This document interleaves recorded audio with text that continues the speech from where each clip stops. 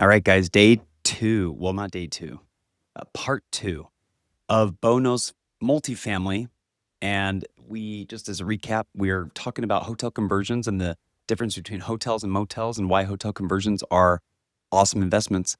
We're going to get right to this and jump right in. We're on reason number 8. Let's do it.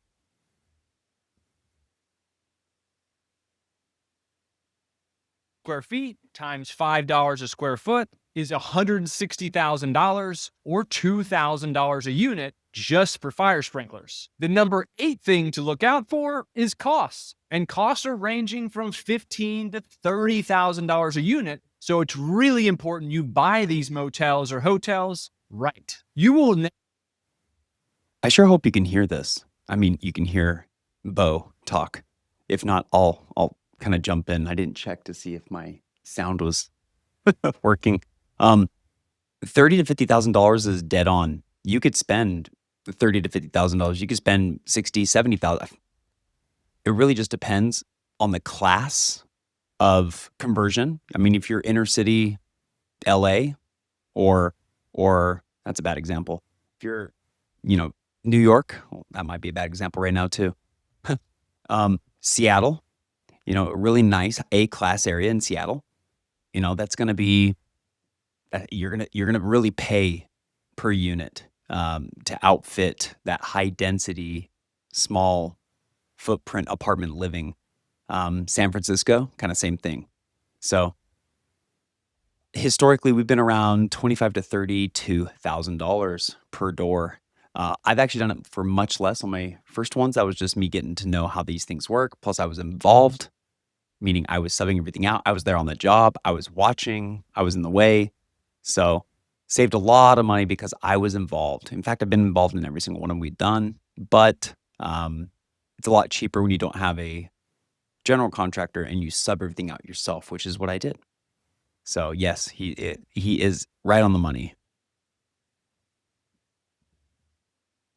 naturally be earning less rent than standard apartment complexes, so your all-in costs have to reflect that so you can still be profitable. The number 9 thing to consider, these deals are actually really hard to find. They're hard to find because the location has to work, and a lot of these motels and hotels are in bad locations. Layouts have to accommodate a full kitchen and still be viable. Zoning has to allow it. The purchase price has to be low due to the higher conversion costs. You need to have an experienced contractor, and typically you have to buy enough rooms to make it all worth it.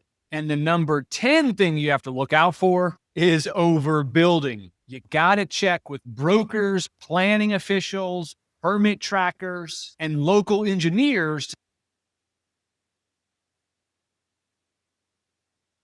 I'm actually going to go back here a little bit, and I apologize. I wanted to cover a few items here. Number 9. Yeah. So, I mean, he was saying that these are hard to find. They are harder to find. And remember that these are motels, hotels. Owners of these are usually more sophisticated than owners of a rental property, per se. So, there's also a lot of opportunistic investors looking for deals like this. So, they are harder to find. And if someone has just this home run deal, chances are there's skeletons in the closet. Other people who previously passed on it decided it wasn't worth it. And maybe you're going to take on that risk. Maybe you have a unique angle. Maybe you're a contractor or you have a construction background yourself. Okay. So there's a lot of ways here where you can really capitalize on, these types of transactions if you bring a skill set that most people don't bring. The cost of conversions is sometimes so exorbitant, they just don't make sense, right? With the same price per door, I could get, a junky C-class multifamily asset that's already zoned. It's already got kitchens. I just need to improve it, beautify it, and maybe that's a better deal, and maybe it'll never be a true B class. Maybe it's going to be a C plus. That wouldn't be a great multifamily acquisition, but a lot of times investors kind of, they compare the two. Your great deals are going to be located in great locations, and they're going to be properties that you need to close on pretty quick. A great deal is sought after. A great deal is, it's got a lot of people chasing that same deal. So if you're going to lock up a great deal, you need to do so and be aggressive about it. Now, I'm not saying everybody go lock up deals and, put some earnest money in escrow and risk your capital. I'm not saying that at all. I am saying that you need to be very swift when you see an obvious, evident opportunity, and you don't even need to put up cash. You could actually get a contract signed. Get the contract signed. Use your local commercial broker who's done many real estate transactions who you trust, and get the contract signed. Get the deal signed. You can worry about details later. Location is king, right? I mean, it just is. You could have a piece of dirt in a great location and make great money. So it's not about the condition of the property if it's an excellent location, right? Kitchen repositioning. Yeah, these are tough, but sometimes I'm not gonna say sometimes. A lot of times operators don't know that they have other tools in their toolkit that don't require a really expensive conversion. Let me tell you what I mean. There are ways that you're able to have the benefit of a multifamily asset without a true conversion. And maybe you add a commercial kitchen. Maybe you add 3 of them, 4 of them. And when you add 3 or 4 commercial kitchens in your properties or in your large hotel or motel in your conversion, you're able to bypass putting in kitchens in every single unit. That's something that, funny enough, I didn't think about until 2 years in. I don't know why, but it just never appealed to me, or it never seemed like it would be like a great idea to put commercial kitchens in. But there's guys out there putting them in, and you got long-term stay rent style folks paying the same payment, the same type of income you would earned on long-term. And you didn't have to put in $20K a door. Now, let's say you had 100 doors. You had $20K a door, 100 doors, what is that, $2 million? That's $2 million that you didn't have to spend. I did my math right, right? That's $2 million you didn't have to spend on a conversion for your MEPs, for your electrical and plumbing, for adding kitchenettes in each unit. Maybe you only spent $3,000 to $4,000 per door.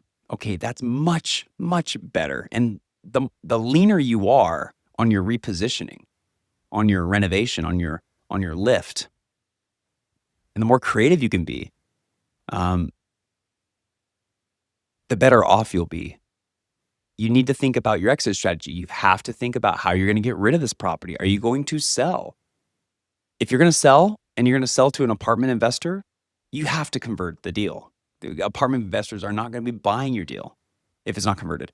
If you're going to sell it and you decided not to rezone it because you didn't want to go, put $20,000 into each single unit or more, then you basically have an ultra extended stay. I coin it as an ultra extended stay. You have a very you have a very nice extended stay. You can add amenities like extended stays or apartments have. You can really make the place feel great, but it's kind of a personal branded extended stay. Not kind of, it is. This is not a Studio 6. This is not a Residence Inn by Marriott. This is not a Water Walk by Wyndham. This is a you by you. So when you try to find a buyer and you think you can just sell to any hotel owner, it's not that easy, because hotel owners typically like to buy brands. They like to buy branded, franchised assets. And we'll talk about why in a different video, but just be aware that, you have to start with the end in mind. If, let's say, you're well capitalized and this is just a fun project, maybe it's just a 50 unit and it's around the corner from your home and it's just in your own hometown and you want to have fun with this and you're not really worried about your exit strategy. You do need to refinance it, but I mean, you're okay to do that on a low LTV commercial hospitality loan. Okay. You're in that case, have fun. There's a sky's the limit. You could do a lot of cool stuff. Maybe even a smaller one, right? A 20 unit mid-century 1955 motor inn. And maybe it's a Route 66 golden relic, right? This could be fun. It's like cars all over again. Radiator Springs. Shout out to Holbrook. I used to live there, by the way. That's where the Wigwam Motel is. You could do something really cool and then market that and show off this really neat motor inn that you brought back, almost like you were refurbishing a classic car. You did the same thing to a motel. How cool is that? That's cool. There's equity in that. There's branding in that. Or you could totally do something different and create a whole new concept for a motel or a hotel. Or you can Airbnb the units. I mean, the sky's the limit, right? It all depends on how you want to exit, what your goals are. If your financial goals are, I need to exit this property, I must exit this property and as fast as I can for as much as I can, then converting to apartments is going to be your safe bet. There's just a lot more lenders out there on the back end when you either recapitalize or you sell. If you're okay with holding on to this thing for a long time till the cows come home, then you don't have a whole lot to worry about. So it just really depends. You need to have an experienced contractor, and typically you have to buy enough rooms to make it all worth it. And the number 10 thing you have to look out for. I want to pause you right here, or pause this right here. He's talking about you got to buy enough rooms to make it worth it. Yeah, he's totally right. There's a threshold in which, a spreadsheet would tell you or my calculator would tell you, but there's a threshold at which your risk will be justified, and a lot of times that is going to be over 100 doors for most of these projects, which seems like a lot, but you need so much economy of scale here because there's just so much renovation happening. And for those who are not looking at this like, hey, we want to build, we want to bring the motor inn back to its old glory. Okay. But you're more on I want to do this big time. I want to do this large scale, or I want to knock out a ton of these. I want to do a large project and get my hands dirty, and I'm going to work with my contractor friend who's done many adaptive reuse projects. Okay, that's totally different, right? I don't think you should really worry about the amount of doors, especially in the very beginning. Get your hands dirty with the first 2 to 3 to 4. Get it done. And then when you do those deals and you learn all the lessons that you're going to learn, because this is probably one of the more complex strategies, which I don't know why I stick to something so complex. I could go off and entitle land, or I can go off and build RV parks, but I just love bringing something old back to modern day. I just love that. There's just something exciting about it. And then obviously providing housing, not ghetto housing, not subsidized housing, but nice housing.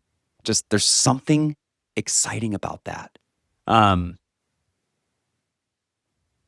Anyways, don't focus so much on the number of rooms unless you're building a private equity firm, or you're going to go out and build an investment group and you're going to go buy a ton of these and you're going to hire a ton of people and you have a lot of overhead. So anyways.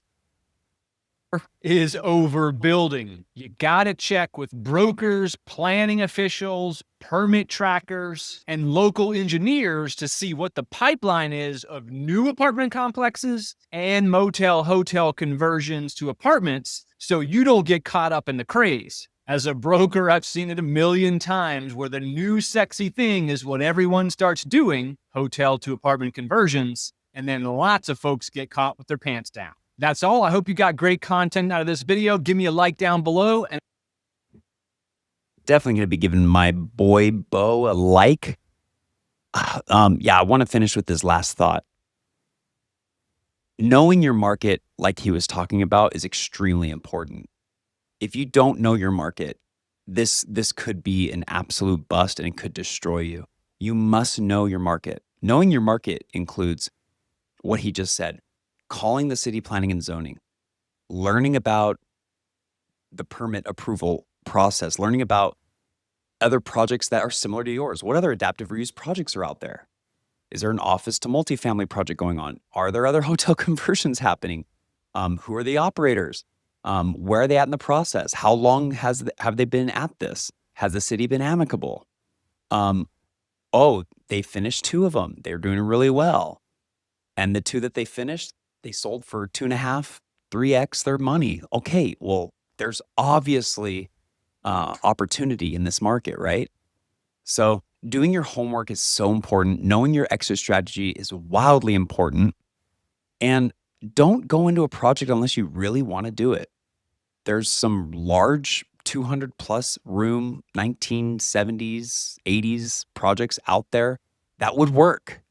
But that's a big project. That's going to take a lot of planning and design build meetings with your design team and your builder and your architect. It's just going to be a lot of work. Just make sure it's something you really want to do. Again, if you're the type that wants to do the roadside motel as your first one, honestly, I love those deals. They're just I love them. They're fun. They're just really fun. They don't make a lot of money, okay? And it's better off you'll be a lot better off if you're a solo um operator on that instead of having all these partners because you won't there's not enough capital uh, generation. There's not enough cash generation, not enough equity generation, cash flow generation for you to make it make sense. In fact, you'll be deflated by the end of it if you have all these partners involved and be like, man, I didn't make any money. This really bites. So go into those doing it alone, not do it alone, but maybe you're the sole, you know, maybe you have some private capital on, on notes and deed of trust. They're also cheap, right? A 10 unit, a 12, 15 unit, 20 unit, they're cheap. They're cheap because they're hard to sell and they're a lot of work. So get your hands dirty. Get your hands dirty on a little one.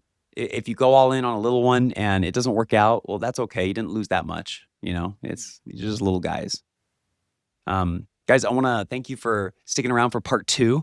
Um, again, I'm wildly excited about these adaptive reuse projects. If you have a hotel conversion that you want to analyze with me, I'd love to do it for free. Love to help you out.